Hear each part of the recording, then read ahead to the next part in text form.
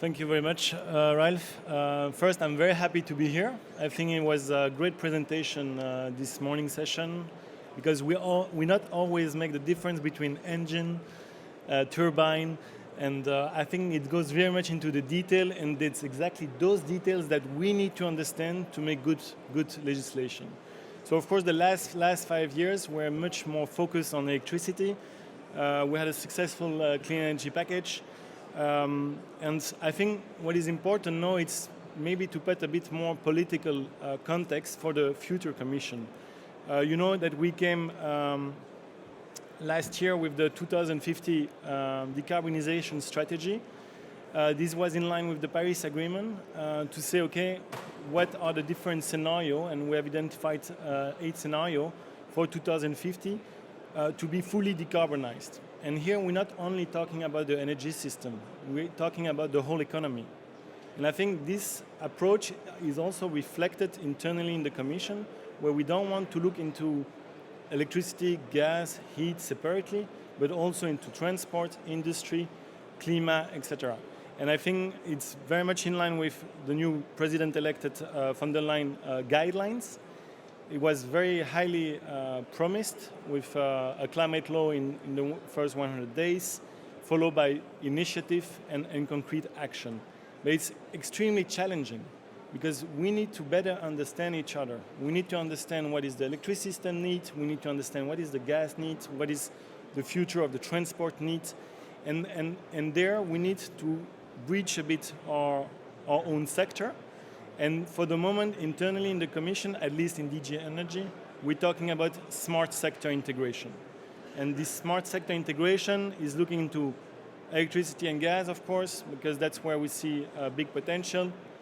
Heat as well, because there is a whole heating and cooling strategy that should be developed, and there's a big potential in buildings, but also transport, industry, agriculture, etc. So for the 2050, just to keep in mind, maybe one of the most efficient way to decarbonize is to electrify. So let's not forget about that. There is still a lot of work to do to increase the capacity of renewable in our system and to remove the barrier to electrify directly the industry, the transport, etc. But of course, not everything could be electrified because it's not cost efficient. So we need to also look into gas, and that's exactly what we're going to look into for the next 5 years. More as a transition, you know that there's a lot of call from national government to phase out coal, especially in Germany in 2038, also in Greece, as presented by the MEP. And those kind of discussion you can have everywhere in Europe. So it's all going to come at the same time. Also the discussion on nuclear. So all the investment, the decision to replace or to have those backup capacity will need to be taken now. And that's important that we give this important role of gas in the transition, but not a gas as producing CO2, but renewable gas, hydrogen, and also investment that are future-proof. I mean, this is also in line with what the EIB has proposed. They will probably vote on the energy lending criteria tomorrow. And it just shows you a bit how the political discussion is getting more difficult.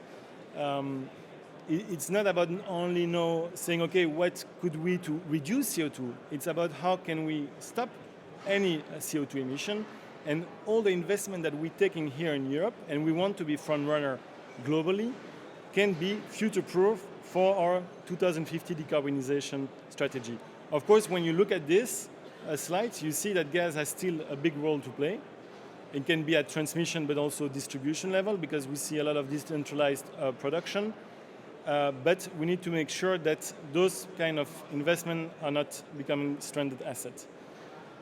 So, as I say, on the need of flexibility and market implication, I think we all understand that very well. With more and more renewable, with more and more solar and wind, we will need to ramp up and ramp down much faster, big volume, and there we have a market. We have just now the go live on 19 November on the intraday market, where we want to have price signals that are very close to short time. So you can optimize the asset on a very short time frame, 15 minutes, 5 minutes, and also being able to grasp the benefit of the facilities at distribution and transmission level. That's why all the barriers should be removed. Also, in terms of technology, I understand turbine and engine can do both, like those kind of ramping. One will be faster than the other. One will be less efficient if they optimize with the heat, etc.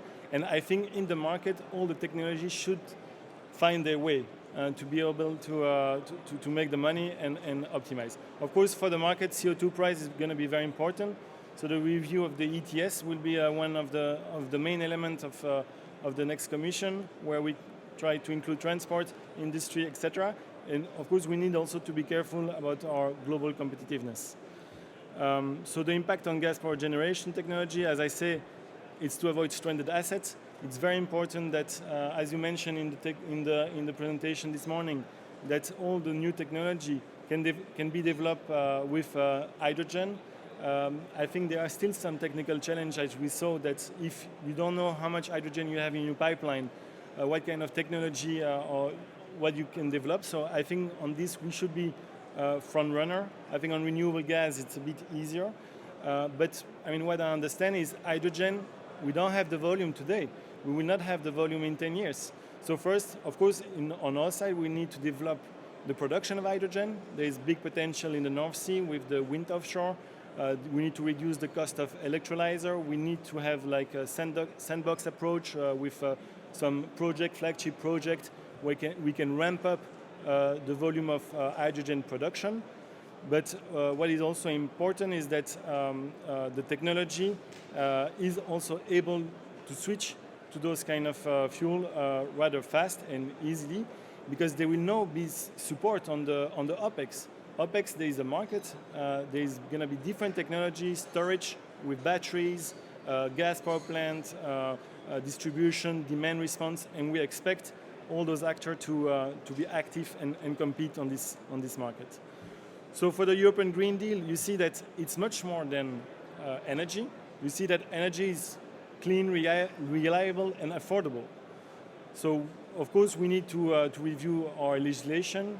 There will be, I think, proposal part of the smart sector integration on also coupling electricity and gas and how to remove the barriers, so we can have also a level playing field between the different fuel, gas, electricity, heat, and other fuel. There will be also a review of the energy taxation directive, but we know how difficult that is. But what is clear is that we need to put the cost, we cannot put all the costs on the electricity for the decarbonization. So there will need to be a more polluter pay principle, and we will have to look at this on a holistic way. So probably that will come up with a communication on the Green Deal in the coming weeks, and this will be followed up by a smart sector integration, where we will gather all the view from the stakeholders. Of course, the climate law, where we will have a more like the 2050 view, will be there the first 100 days, and then we will have to take all the inputs from stakeholders and come with some proposal, but again, holistic by end of 2020, beginning of 2021. Thank you very much for your attention. And the others? So that was the short speeches part. Now we're going to have a discussion and again a chance for questions, but we will enlarge the panel by 2 additional persons that will help us to round up the picture. And one is Carmen Jimenez from the association GEOD. She's my kind of counterparty secretary general there. Please join us there. GEOD is the association of the local energy distributors, and yeah, she will explain in a few seconds a bit about what their members do and what they think. And the second person to join us in the panel, that's Kari Hirtanen from Wärtsilä, who's in the Eugene board and who will help Herman to cover the aspect of the gas engines. So, Carmen, the first question maybe to you as the one that did not yet speak. Your members, being local distributors of energy, they will normally run an electricity and a gas grid. Now there are people that say that's too expensive. In the future we can skip the gas grid and do via electrification most of it and save a lot of infrastructure costs. What's your members' view? But maybe first you introduce a bit also your members